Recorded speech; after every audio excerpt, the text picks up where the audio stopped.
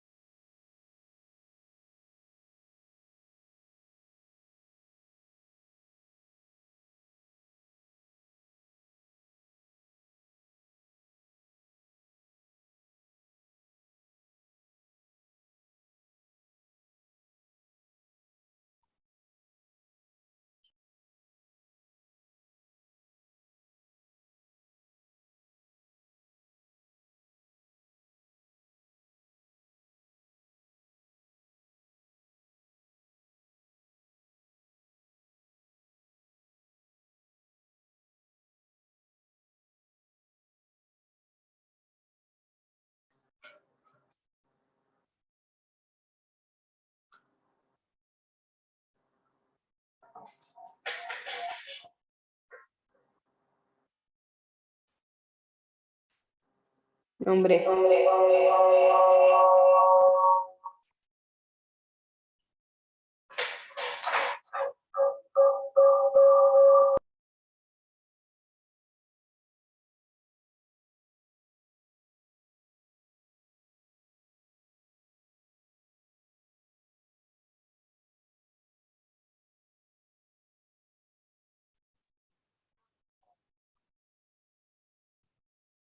Oye, ven a ver este mensaje.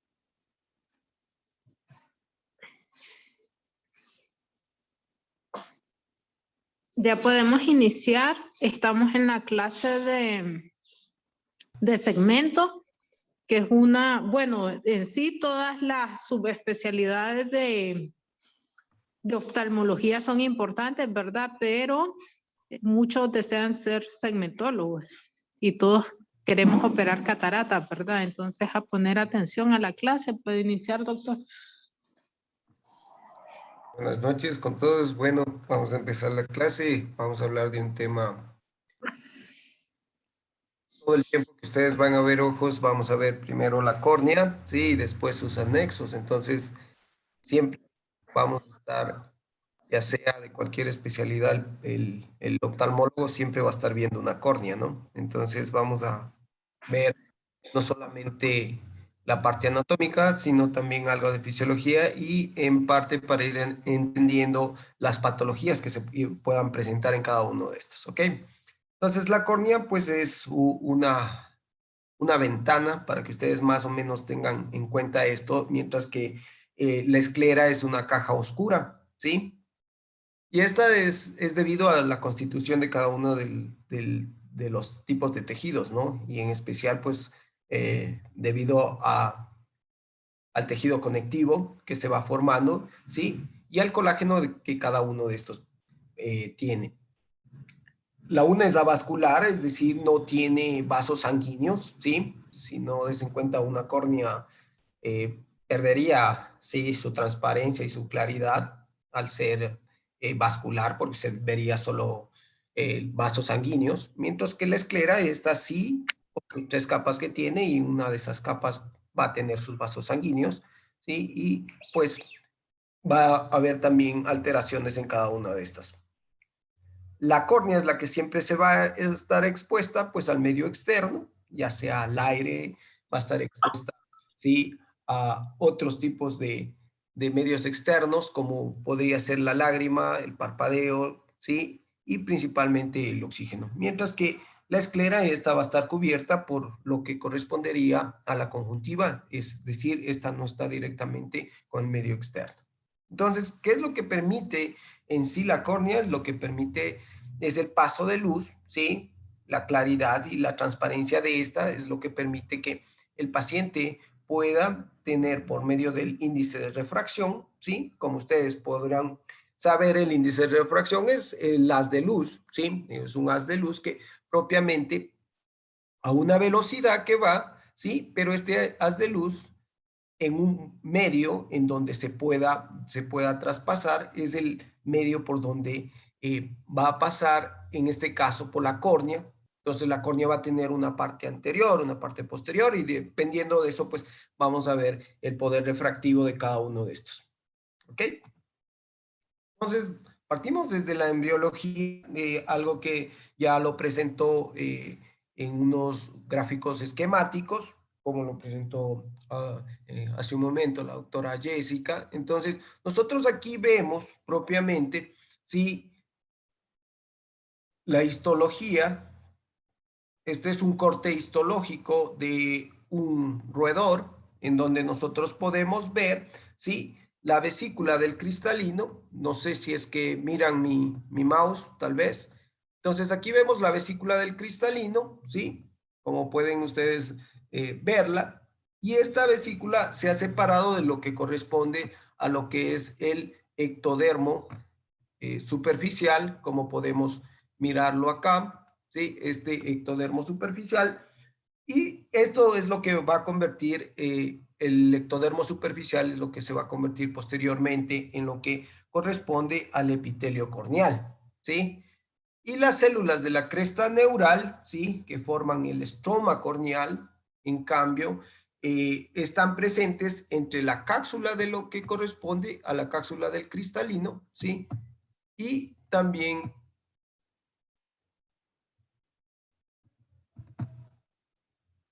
aquí veamos esto.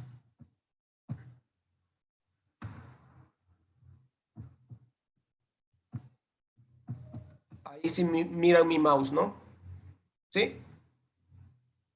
Entonces, aquí estas, como les decía, las células de la cresta neural son las que forman el estroma corneal, mientras que el endotelio corneal se encuentra separado de lo que vendría a ser la cápsula del cristalino para formar lo que corresponde a la cámara anterior de un embrión, ¿sí?, en este caso. Y nosotros vemos que la morfogénesis, y esto es lo que quiero que ustedes se aprendan, ¿sí?, es que cada vez cuando les digan de dónde se desarrolla la córnea, ¿sí?, ustedes se acuerdan que es del ectodermo superficial, y las células del estroma, sí, va a ser de la cresta neural durante el desarrollo embrionario. Entonces, ¿cuándo empezaba esto? Sí, esto empieza en la 5ª semana de gestación, en donde el ectodermo superficial se encontraba separándose entre lo que corresponde a estas células que nosotros vemos acá, se encuentran separándose del cristalino, ¿sí? Y estas células epiteliales, estas pequeñas que quedan en la parte superior, ¿sí? Son las que se derivan del ectodermo epidérmico, que corresponde al superficial.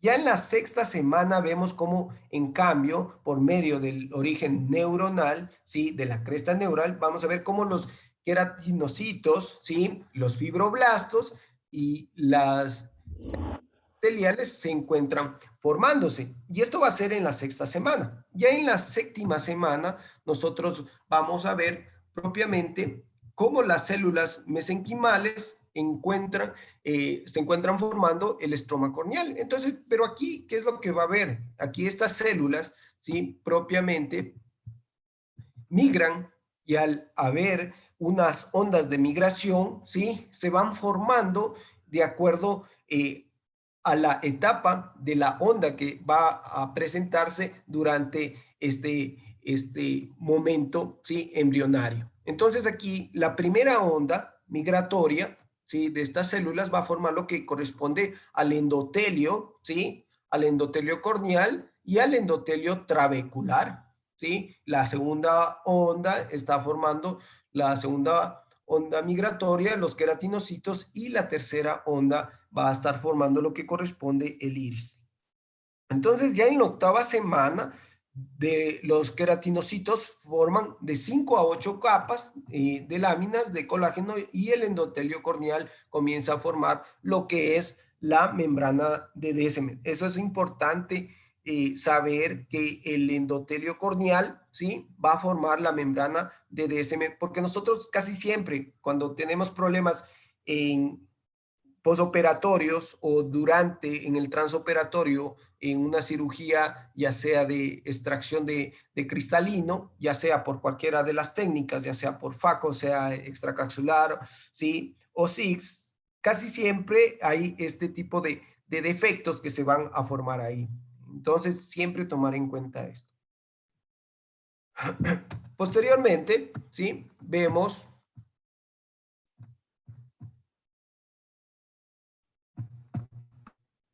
¿sí? Y al 7º mes se desarrolla bien la córnea, ¿sí? Entonces, eso es lo que nosotros debemos saber, que los pacientes van a nacer cerrados sus ojitos, ¿sí? Y posteriormente van a abrir los párpados, pero toca tomar en cuenta que hasta este 7º mes ya se desarrolló bien la córnea. Y si es que hubo algún tipo de alteración, es porque no se formó durante la 5ª, 6ª, 7ª o 8ª semana, hubo complicaciones. Y por último, vemos que las células mesodérmicas también contribuyen al desarrollo tanto de la esclerótica y de los músculos extraoculares. Entonces, ¿qué es lo que nos interesa a nosotros saber? Es esto, ¿no? La córnea es algo que en adultos nosotros vamos a ver que esta horizontalmente va a estar midiendo, ¿sí? Entre 11 a 12 milímetros, ¿sí? Y verticalmente va a estar midiendo de 9 a 11 milímetros, ¿sí? Tiene aproximadamente un espesor, se podría decir aquí, como ustedes pueden ver, de 0,5 milímetros, que correspondería más o menos a 500 micras, si hablamos en micras. Y vamos a ver que esta se divide en varias capas, ¿sí? Y la primera capa, como podemos nosotros apreciar acá, es el epitelio, ¿sí? Y que ya posteriormente les voy a hablar más profundamente de cómo se forma.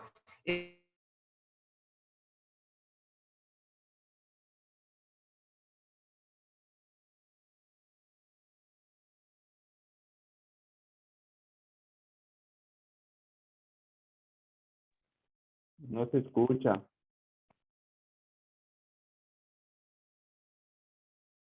La membrana basal del estroma, pero actualmente se habla, ¿sí? Pero esto es para en sí para la cirugía de queratoplastia es muy importante tomar en cuenta que hablan actualmente, es algo todavía controversial, de una nueva capa que se llama DUA, ¿sí? Y esta capa DUA es la que sí va a estar aquí formando encima de lo que vendría a ser la membrana basal del estroma y entre la membrana de Descemet y posteriormente vamos a tener el endotelio, ¿sí?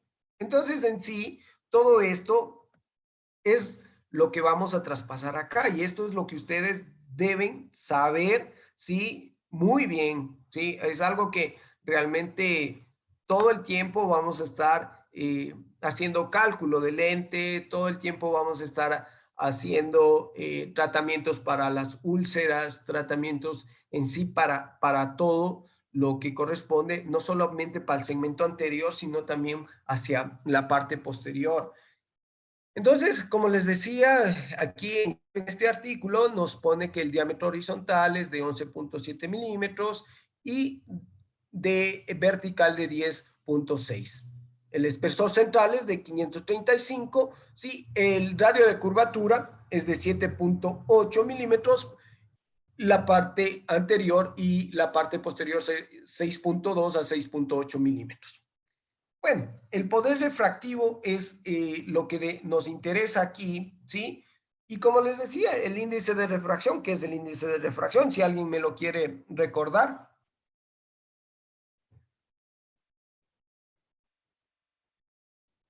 Sí, acabé hace un momento de decirles qué es el índice de refracción y para poder seguir con lo demás.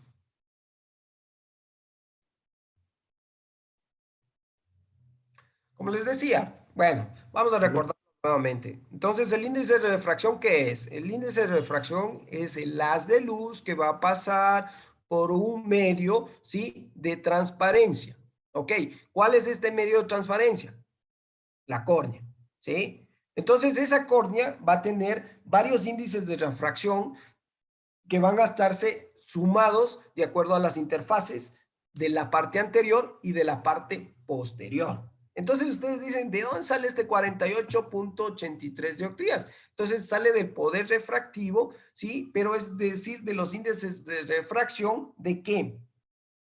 Del aire, ¿sí? Que corresponde a un índice de refracción de 1000, al de la lágrima, que corresponde a un índice de refracción de 1336, al de la córnea, que va a corresponder a 1376, como ustedes pueden ver el índice de refracción que nos dice aquí, y al índice de refracción del humor acuoso que corresponde a 1336. Entonces, ¿cómo es que nosotros decimos que la córnea tiene un aproximado de un poder refractivo total de 43,05 dioptrías? Y eso es lo que nosotros debemos entender, de dónde sale todo esto. Entonces, nosotros, el refracción de la córnea central es de apenas 43, la córnea central, ¿sí? Es de 43 dioptrías. De 43 dioptrías solo siendo...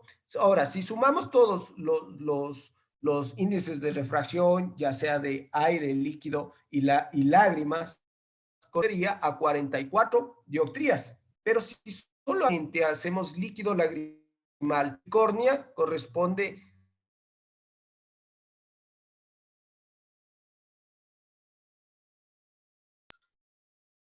No se escucha.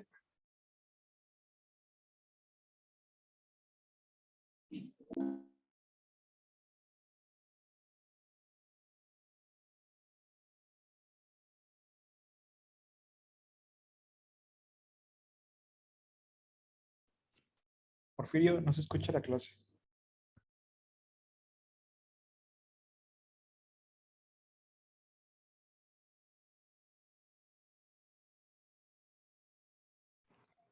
Creo que se les fue el internet.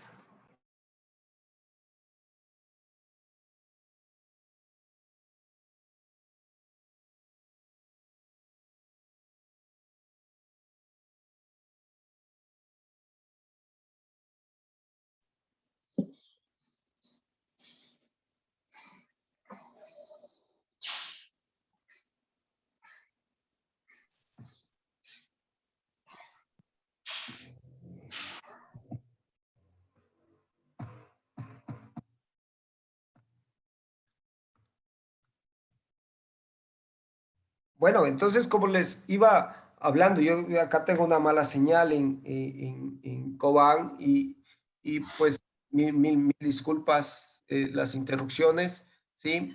Yo sé que esto a veces nos hace perder un poquito el hilo, pero quisiera que alguien me pueda explicar el poder refractivo, cómo se ve. A ver, no sé, ahí un valiente, no sé, no solamente de los, los que están iniciando, porque los que están iniciando pues vienen a escuchar, vienen a aprender, pero si alguien quiere de los otros compañeros explicarles un poquito más para tener en cuenta esto.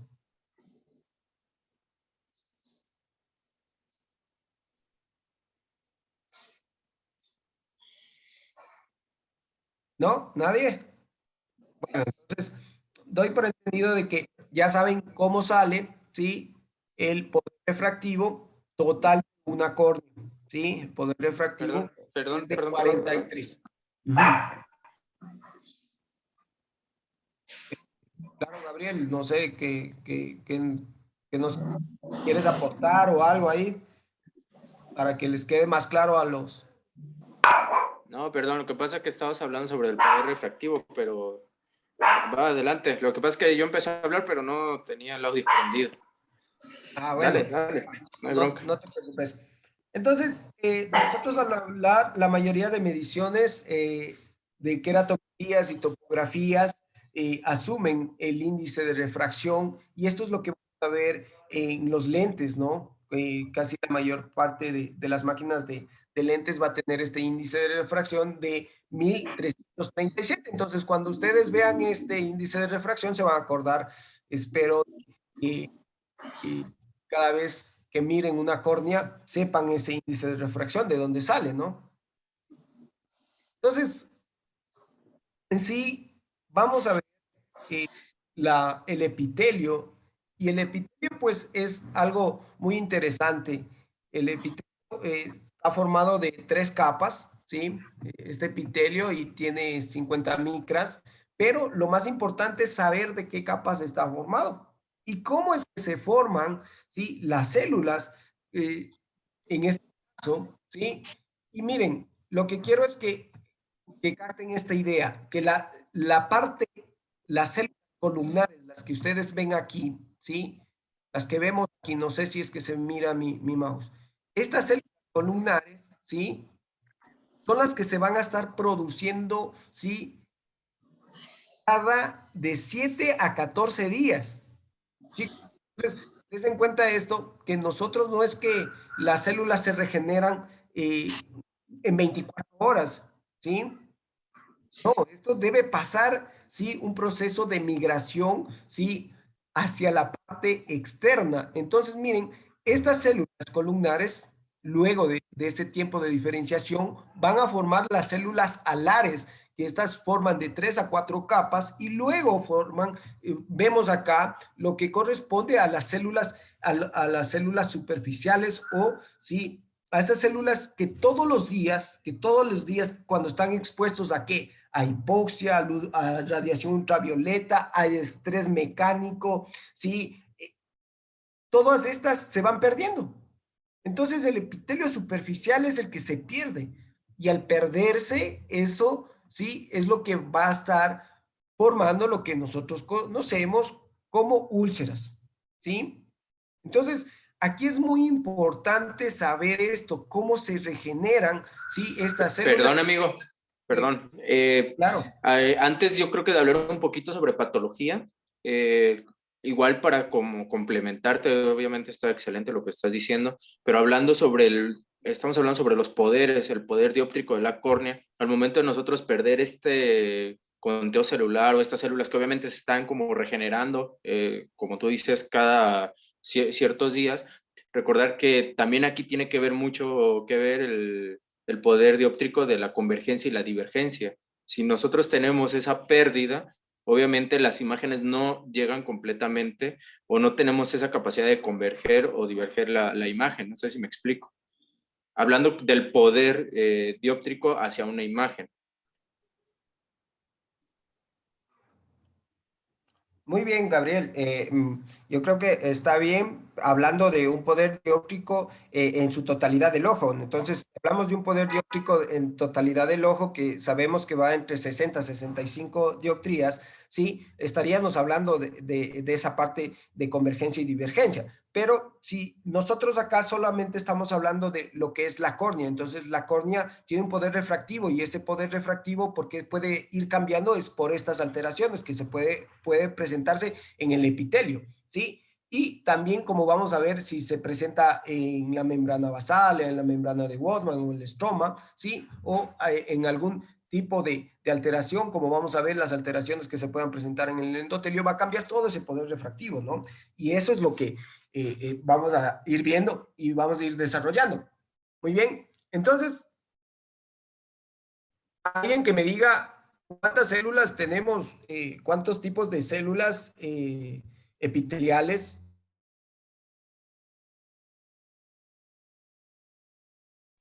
Son 3 tipos de células, superficiales, alares y las basales, columnares. Columnares, muy bien. Bueno, yo creo que nuevamente voy a desconectar porque me dice su internet y su conexión están inestables.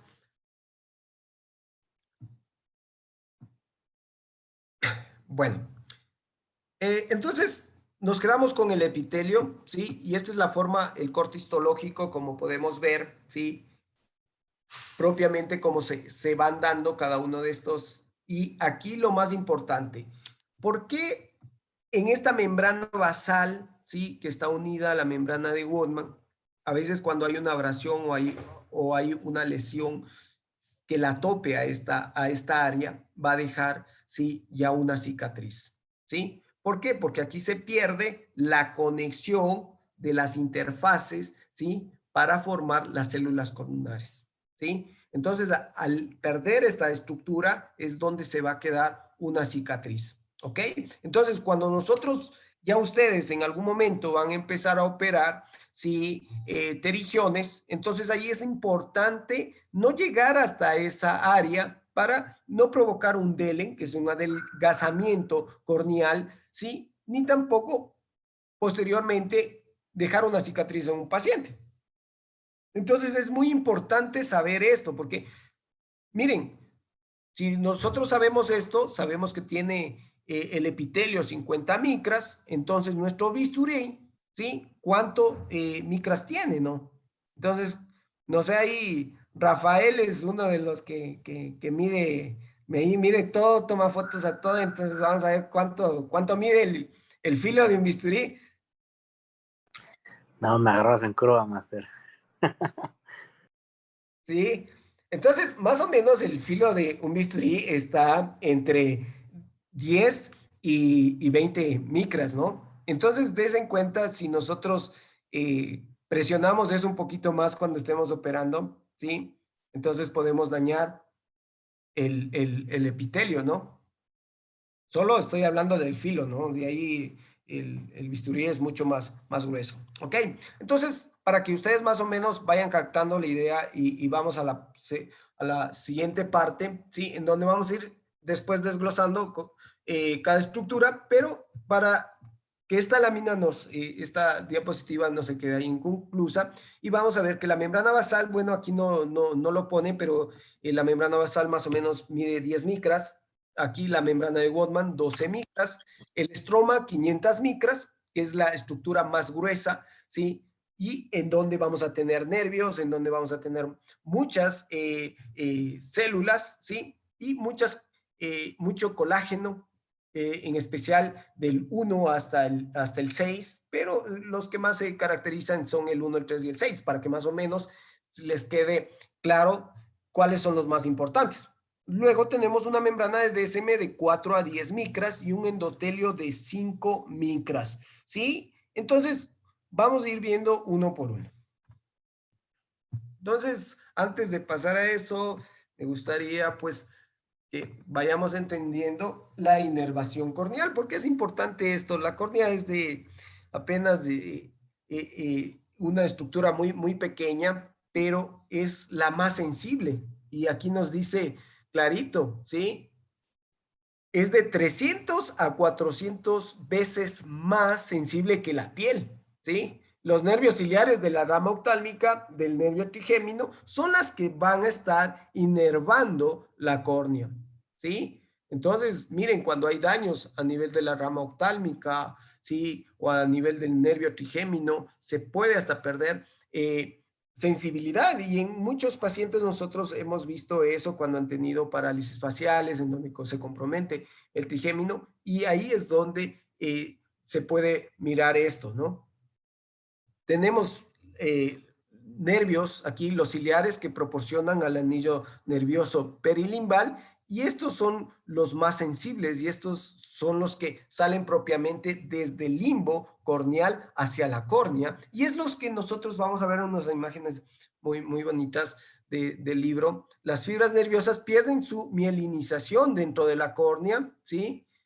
En corta distancia desde el punto de entrada, y penetran a la capa de Goldman y terminan al nivel del epitelio, del nivel del epitelio celular. Entonces, miren, si las fibras nerviosas se mielinizaran, entonces estaríamos hablando de otro tipo de patologías.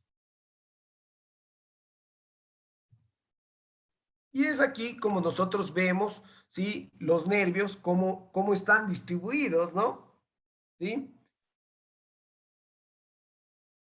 Entonces, aquí nosotros vemos la inervación de la córnea es necesaria, en este caso, la distribución también en sí microscópicamente.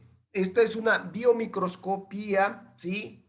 Confocal, que nos muestra la córnea humana, y vemos aquí de la A a la Z cómo están las células superficiales, las células alares y las células columnares, ¿sí?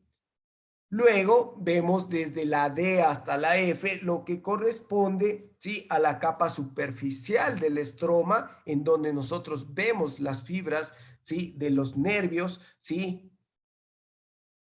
Que están propiamente desmielinizados en esta área, ¿sí? Y vemos también el grosor de los mismos. Vemos también que contiene una alta densidad de queratinocitos, como podemos ver en estas áreas, estos puntos negros que corresponden a los queratinocitos, que eso es lo que nos va a estar ayudando, ¿sí? En la formación de las reacciones poligonales y las uniones de estas. En la parte F, en cambio, podemos ver la capa media del estroma, que contiene fibras nerviosas, pero estas fibras nerviosas, sí, son totalmente ramificadas, sí, y no se está formando. Luego vamos a ver de la imagen G a la I. Entonces, en la imagen G, lo que vemos es una capa profunda del estroma que contiene queratinocitos. Luego en la imagen H ya estamos viendo el aspecto amorfo de lo que corresponde a lo que es la membrana de Descemet. Y por último, como ustedes pueden ver, ¿qué se imaginan que es esto? El endotelio. Muy bien, entonces eso es lo que vemos ahí, que comprende las endoteliales hexagonales de tamaño uniforme, como ustedes pueden ver. Y cuando ya estas hexagonales pierden su forma o aumentan de tamaño, pues tienen dos nombres característicos, ¿sí? Cuando pierde la forma, ¿qué nombre tiene? ¿Quién me ayuda?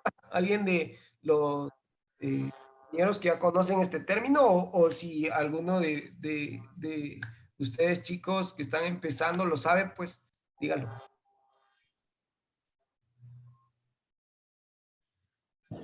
Pleomorfismo, la forma. Eso, muy bien. ¿Y el otro? Cuando se hacen grandes. Polimeratismo. Eso, muy bien. Entonces, ¿sí entendieron eso? ¿Sí? Entonces es importante, ¿ok? Porque eso es lo que vamos a estar viendo cuando ustedes quieran operar una cirugía de catarata, ¿sí? Entonces, ¿cuándo es el endotelio normal? ¿Cuándo se le considera el contagio de células endoteliales en un adulto normal? ¿Sí? Para operar, ¿sí? Entonces se considera de que un endotelio que se puede ser operado va de 700 a 1000 células endoteliales. Menor a eso no pueden operar, ¿sí? Entonces, eso es algo que ustedes tienen que saberlo para luego interpretar posteriormente. Ok, el sistema vascular de la córnea.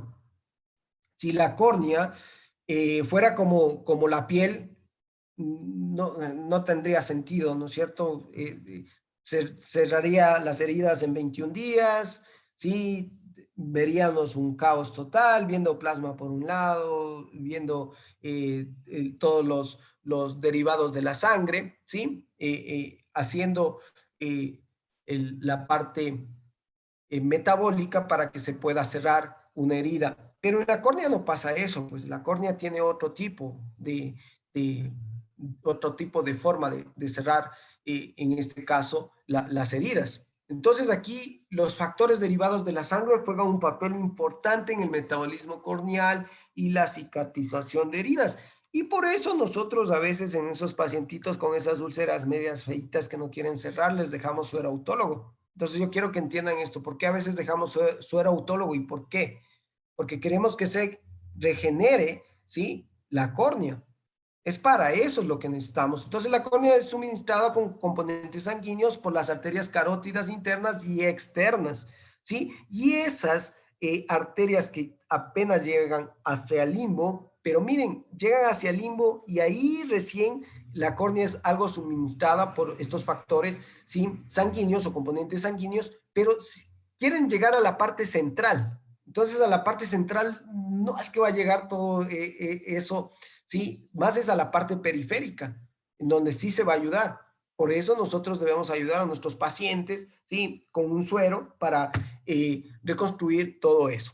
Ok, en ciertas condiciones patológicas, los nuevos vasos entran en el estroma corneal transparente desde el limbo y resulta una pérdida de transparencia corneal. Y ahí sí, pues, estamos hablando de pérdida de transparencia, pérdida de claridad y ya, pues, el paciente va a estar en complicaciones. Ok, el suministro de oxígeno y nutrientes es algo que nosotros debemos saber, muy importante, el oxígeno, porque a veces no dejar tapados los ojos mucho tiempo es por esto, ¿sí?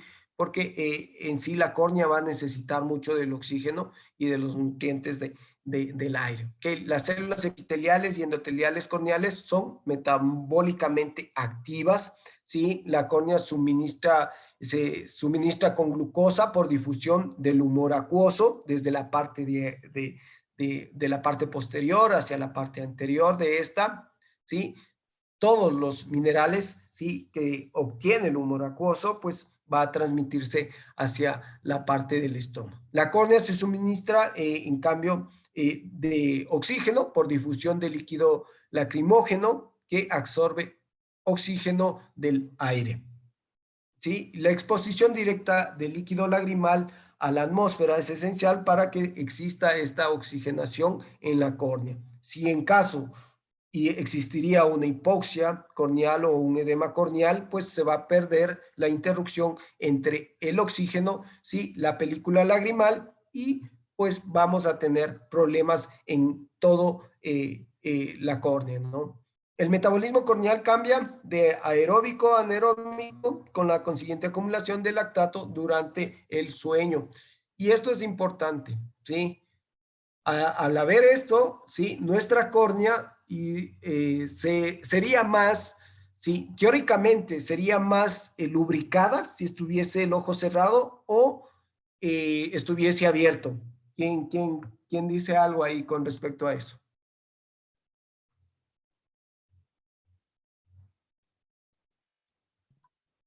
¿Qué creen ustedes?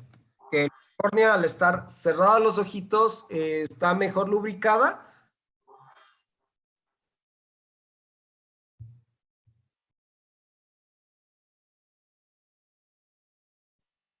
Podría ser porque, o sea, un factor para que se dé la resequedad del ojo podría ser el aire.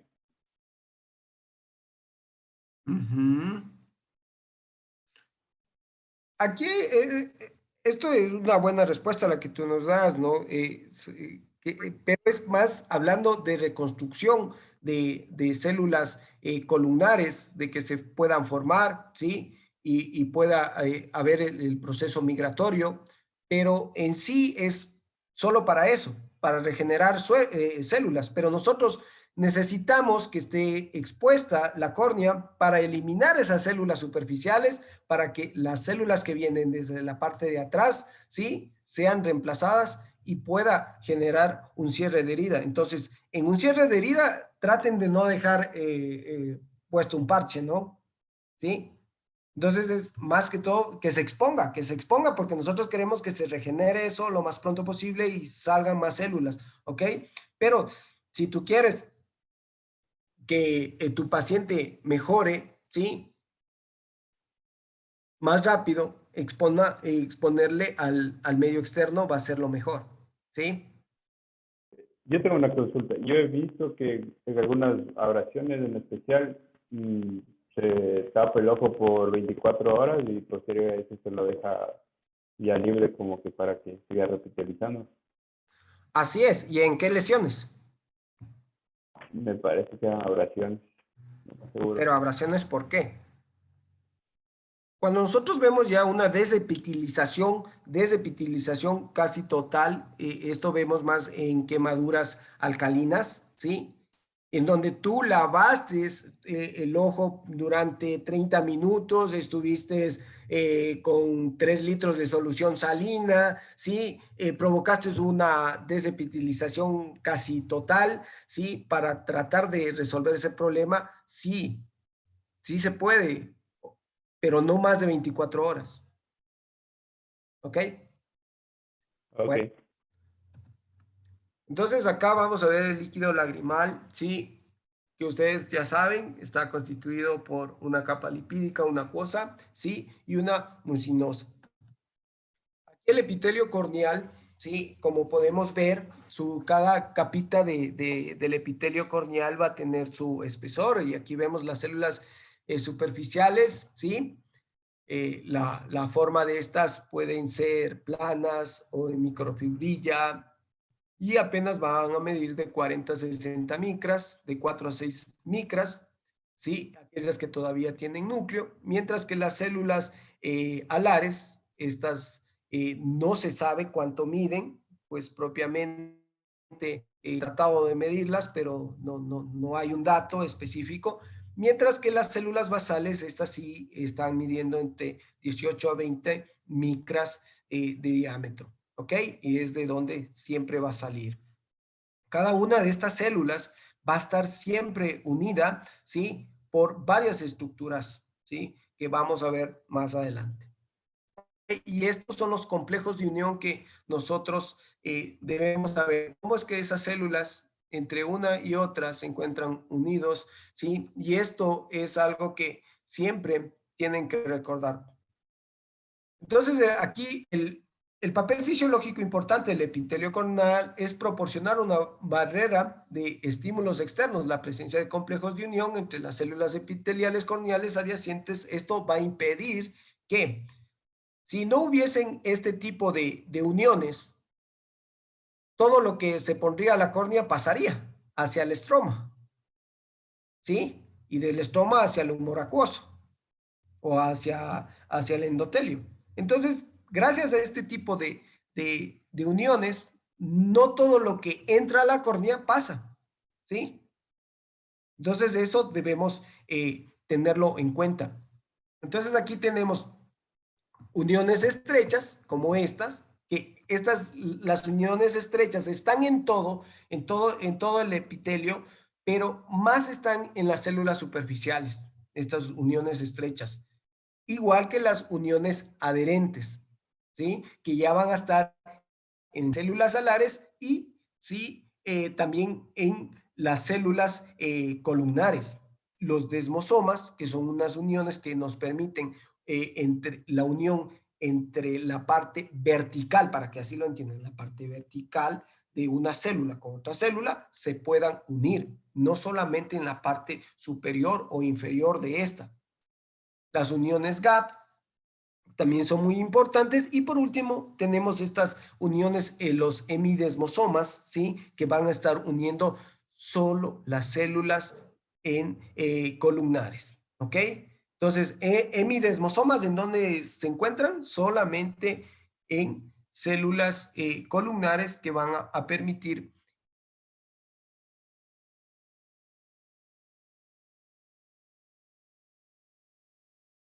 hay 5 gérmenes este estudio, ¿sí? Este artículo, y pues no sé si alguien nos quiere recordar esos 5 gérmenes que puede traspasar la córnea, alguien de los que ya conocen, ¿sí?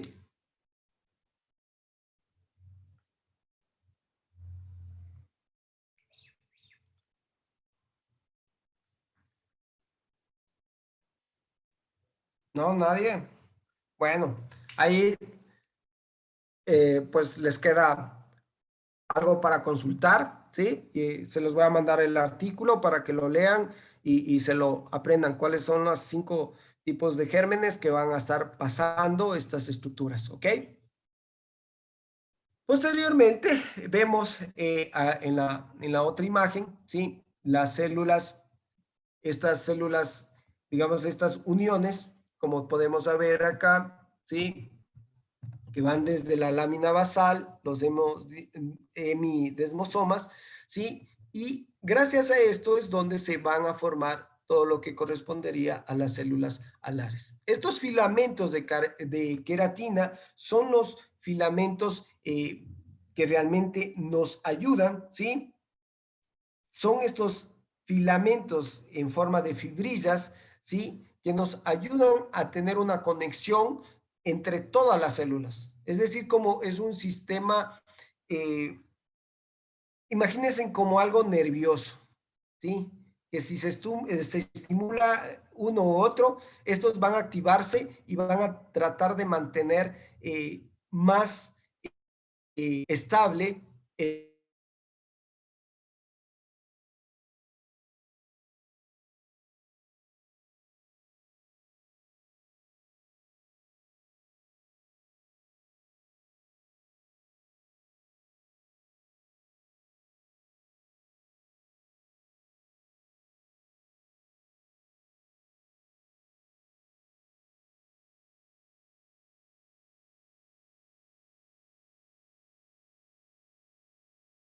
súper.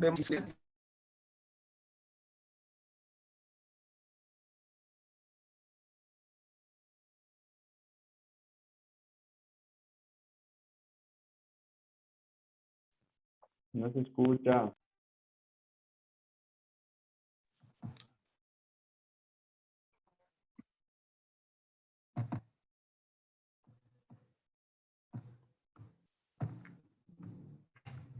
Bueno, no sé qué parte me escucharon, pero bueno, aquí para empezar nuevamente de la A a la D, ¿sí? Esto es una micrografía electrónica de transmisión del epitelio corneal humano. Aquí nosotros podemos ver estos paneles, ¿sí? Que va a mostrarse más o menos en 50 nanómetros de espesor. Mientras que en las imágenes de la E a la H, vemos estas son micrografías de inmunofluorescencia de un epitelio corneal de una rata, ¿sí? Entonces, aquí también vemos, ¿sí? Cómo los anticuerpos contra este tipo de proteínas que podemos ver acá son los que se pintan, ¿sí? Y esto corresponde a una escala también de 50 micros, en donde vemos, en cambio, los paneles inferiores. En cambio, la representación, en cambio, vemos la representación esquemática de la I a la L, ¿sí? Vemos la representación esquemática de estas uniones intercelulares del epitelio corneal, ¿sí? Cómo cada una de estas se encuentra formando, ¿sí? La estabilidad tanto de la transparencia de la córnea como también de la claridad. Recuerden, este término claridad no es lo mismo que transparencia, ¿sí? Entonces, por eso el libro, este libro lo nombra casi siempre. Lo que nos sirve, las uniones es para esa, mantener la claridad y para mantener la transparencia.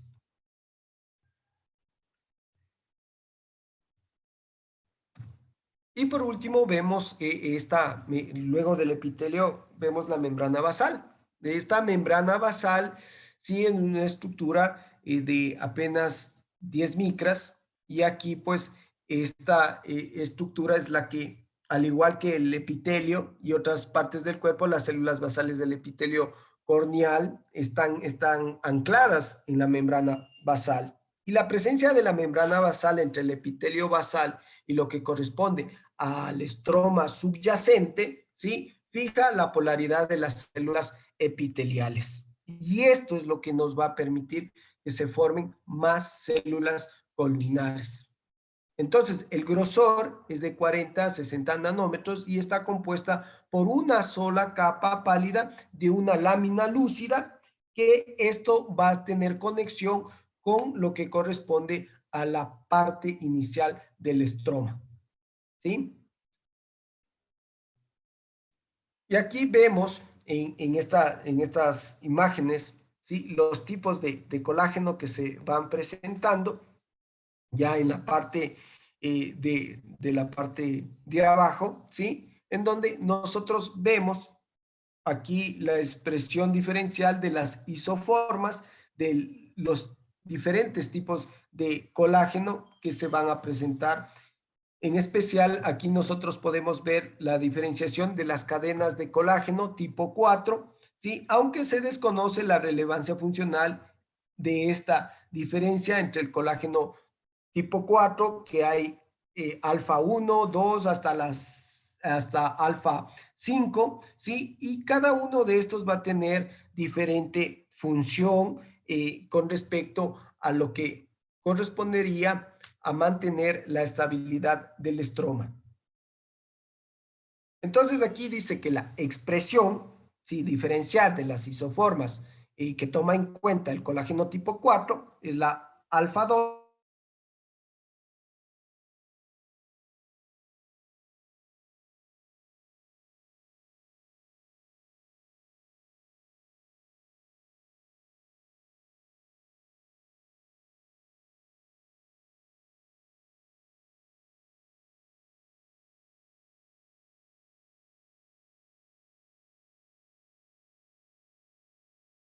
Se fue el audio.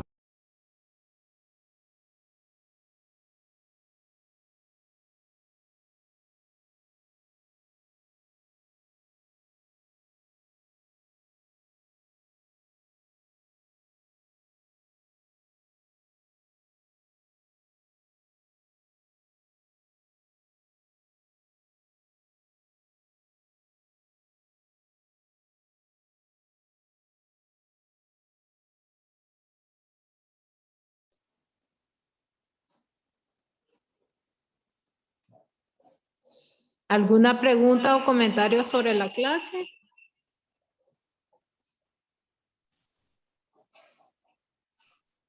¿Aporte de los R mayores?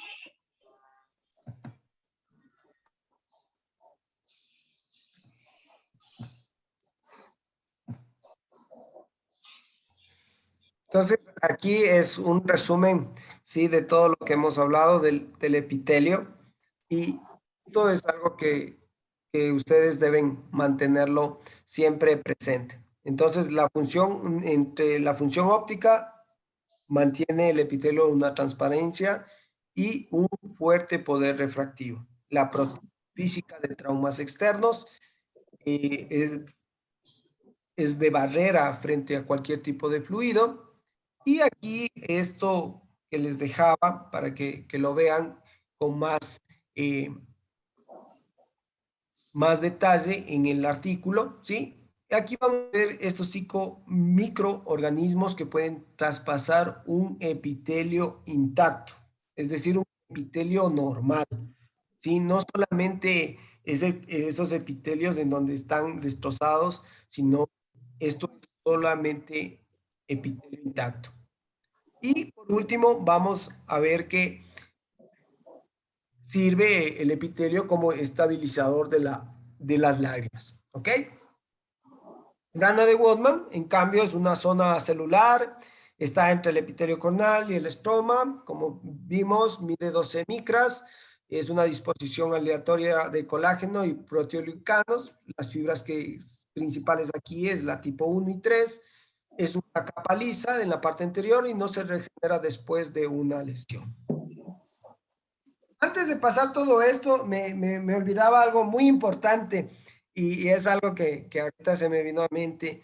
Es algo que siempre la doctora Madrid nos preguntaba y era que, ¿cómo es la córnea, no? ¿Es esférica o asférica? Y ahí les dejo esto, no sé quién quiere responderlo y antes de entrar al estroma. No es totalmente esférica. Ajá. Tiene dos curvas. Igual nosotros cuando se hace en la queratografía y bueno, podemos verla representada por K1, K2 y ahí podemos ver cuál es la curva más plana o la curva menos plana. Entonces no es totalmente esférica. Y eso tiene que ver también con el poder refractivo del que hablabas al inicio. Ujú. Está muy bien, pero ¿cuál es la parte esférica de la córnea y cuál es la parte asférica de la córnea?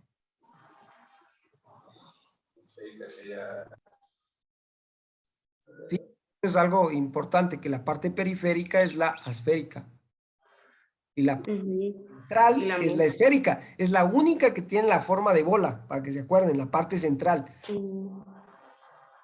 Eso, 30 grados de la parte central de la córnea es esférica. La demás es asférica, ¿sí? ¿Ok? Esto es algo que siempre a veces lo preguntan, siempre toca tomar en cuenta. Ok, vamos al estroma. El estroma en sí está constituido de queratinocitos. Eso es lo que quiero que se lleven de esta clase, ¿sí? Y son los queratinocitos las células más importantes, ¿sí? Hablando de células. Y esto es lo que realmente nos interesa, saber que si hay algún tipo de alteración en los queratinocitos, ¿sí? Y en la formación de estas, no vamos a tener una transparencia del estroma corneal, ¿sí? Aquí nosotros podemos ver estas microscopías electrónicas de transición del del estroma corneal humano, que corresponde pues a un queratinocito. Todo esto es un queratinocito, pero aquí nosotros vemos la distribución no solamente del queratinocito, sino también la distribución de los tipos de colágeno que están dentro de él. ¿Ok? Y por último, una microscopía electrónica de estroma corneal, estructura laminar de las fibras de colágeno y las uniones de separación entre el electrón y las densidades que se pueden mirar dentro de esta. Esta es una, en la parte C, en la parte B es una figura tridimensional, si no más recuerdo, en donde aquí no solamente vemos los queratinocitos, sino que también vemos todas las estructuras, ¿sí? de la...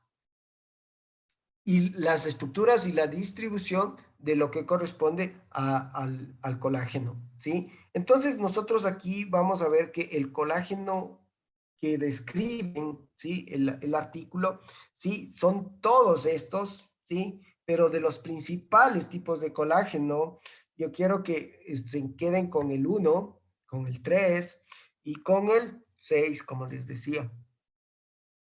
Entonces, estos son los principales tipos de colágeno y que ustedes lo van a revisar con más detalle cuando lean el artículo, ¿ok?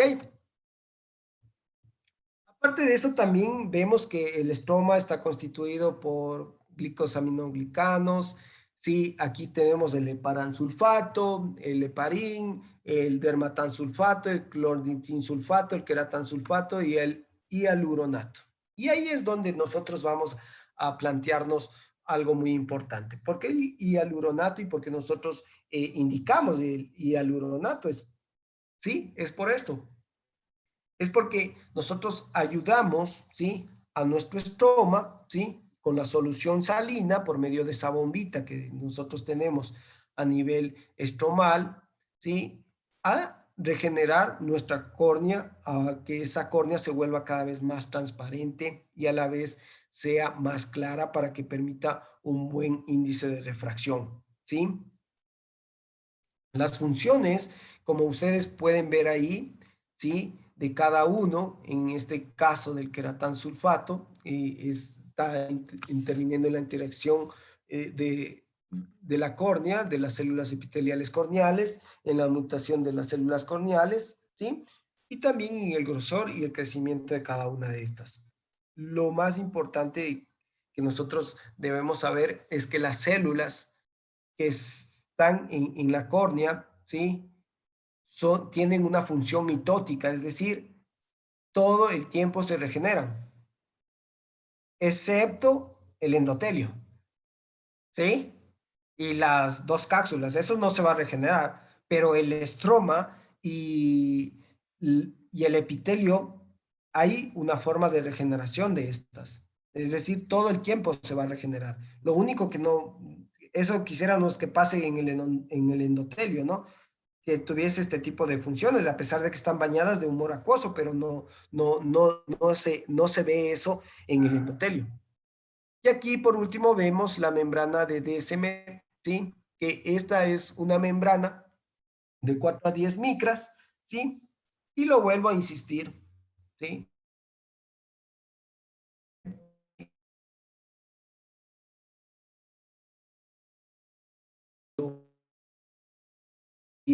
¿Sí? ¿Por qué es importante la membrana de DSM? Esto es importante en el trasplante de córneas, ¿sí? En donde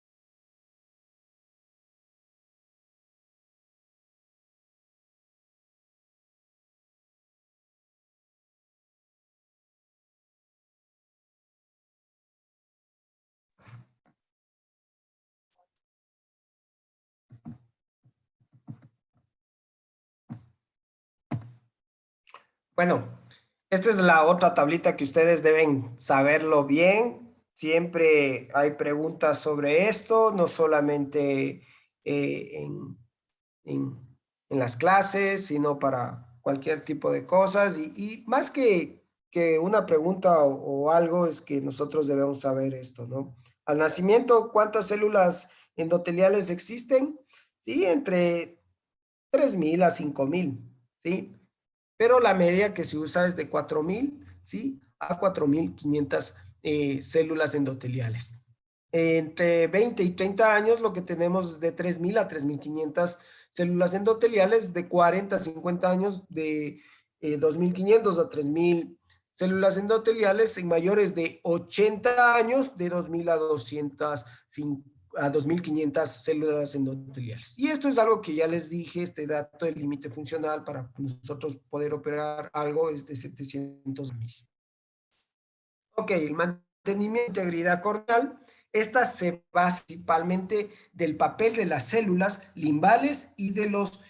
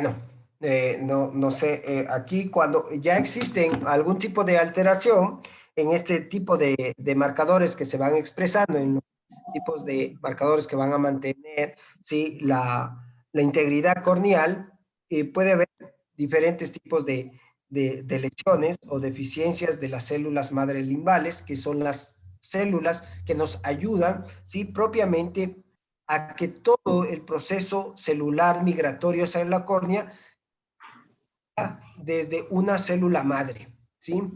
Es decir, así como los huesos tienen la médula ósea, ¿sí? Para generar nuevas células, el cuerpo tiene las células madre limbales.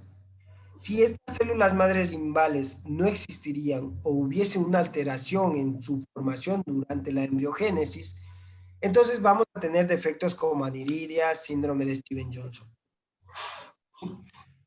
Y algunos otros tipos de factores que van a estar totalmente alterando la formación de estas. Por eso toca tener muy en cuenta esto cuando nosotros hacemos cortes a nivel limbal, en especial cuando nosotros empezamos a operar y sacar nuestro injerto conjuntival de la parte superior, cuando tenemos unos terigiones grandes y a veces nos tomamos más más de un cuarto de la parte superior de tejido conjuntival, ¿sí? Y esto es muy importante tomar en cuenta cuando hacemos eso, ¿sí? ¿Cuántas células madre limbales estamos retirando, ¿sí? Y a qué profundidad estamos yendo, y eso es algo que siempre tomen en cuenta cuando ustedes vayan a operar.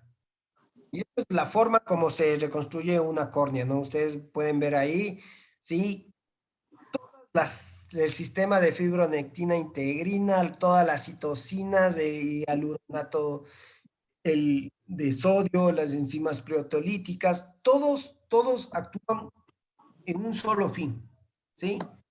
Reconstruir esa córnea.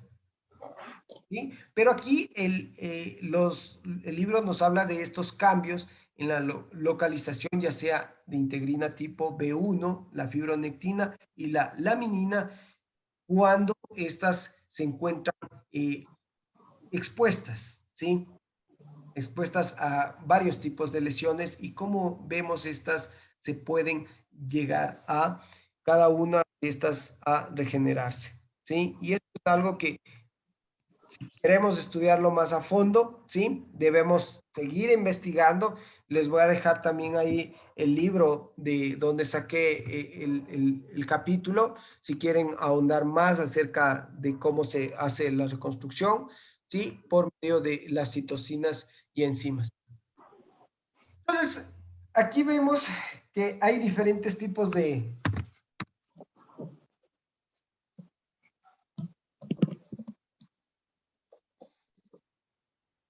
Entonces, aquí vamos a ver todos las citocinas y los factores de crecimiento que se encuentran involucrados, y solo para rasgos generales, ya no voy a ahondar más, ¿sí? Crecimiento epidérmico, crecimiento transformador beta, factor básico de crecimiento de fibroblastos, factor de crecimiento derivado de plaquetas, las interleuquinas.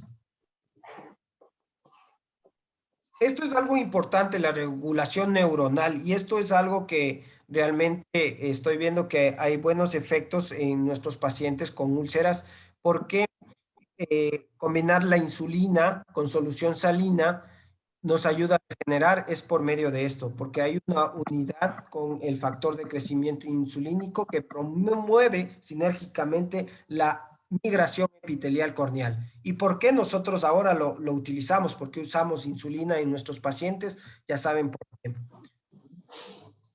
Y por último, vamos a ver el mantenimiento del estroma, a una lesión estromal. Esto aquí va a intervenir todo lo que corresponde a la matriz extracelular, a la regulación de los queratinocitos. Y aquí existen 3 vías de degradación de las fibras de colágeno, que se puede degradar de forma directa por agenasas bacterianas, por una degradación de la membrana, de las membranas de los queratinocitos, ¿sí? Y por activación por células inflamatorias infiltrantes. por último, la esclerótica, ¿sí? La esclera es, como les dije, es la caja oscura que permite que la retina, ¿sí? pueda dar una transparencia y pueda ver una imagen, ¿ok? Entonces, esta está formada por una epiesclera, la que está en contacto con la conjuntiva, un estroma y, por último, lo que es la lámina fusca, ¿sí? Es importante saber cada una de estas estructuras tiene diferentes funciones, cada una de estas estructuras tiene diferentes enfermedades y que poco a poco ustedes las van a ir estudiando en el transcurso de cuántos pacientes miren y a la vez pues cuántas enfermedades vayan solucionando, ¿no? Y esto es de donde les pude transmitir lo poquito que se puede aprender día a día, ¿sí? Y pues ahí está, para los que quieran ahondar un poquito más y saber más cosas, pues ahí está. Les dejo, yo creo que este libro de los libros que más me ha gustado leer cuando he tenido temas de segmento y pues bueno, ahora, por más que lo siga leyendo, todavía sigo aprendiendo más y creo que entre ustedes, cada vez que vayan leyendo más, doctores van a ir aprendiendo y apreciando mucho más a sus pacientes. Eso sería todo por esta noche. Y disculpas por interrupciones que se dieron varias ahí y pues cuídense. Excelente clase, muy didáctica. ¿Algún comentario del público?